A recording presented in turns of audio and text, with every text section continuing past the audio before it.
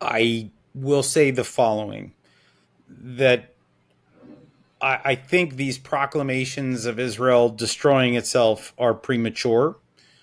I That's good. I also think that these proclamations of Israel having transformed the Middle East entirely are also a bit premature. There's something of a race between these two timelines that's happening right now. And I think it's really important to watch. You've on the one hand, you have Israel's haters that are waiting for Israel to hang itself, right?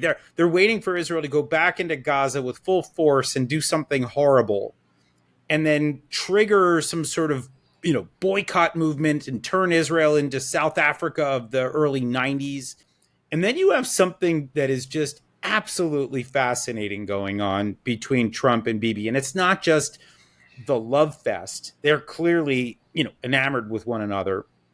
But really what they're trying to do, as I see it, is they're trying to transform the Middle East. The defeat of Iran could have massive ramifications for the entire Middle East, given how the Islamic Republic has cast a dark shadow across the entire region. They've destabilized countries, they've hollowed them out, they've created proxies that have threatened, every American ally across the region, of course, with the primary focus on Israel.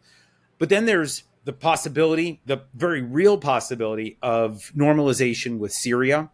The former Al Qaeda leader, Abu Muhammad al Jalani, now known as Ahmad al Shara, is indicating right now that as long as Israel promises not to put boots on the ground in Syria in the future, even with a buffer zone that Israel maintains, that he's willing to make peace with Israel, and that would be another country on Israel's border that would be normalized with the Jewish state. And that's crazy to say out loud, but I got to say, everybody's exhausted. Nobody wants war anymore, and normalization is the alternative to that.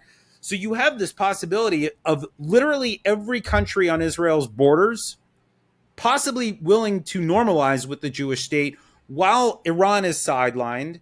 And this gives a sense that the Middle East could transform entirely.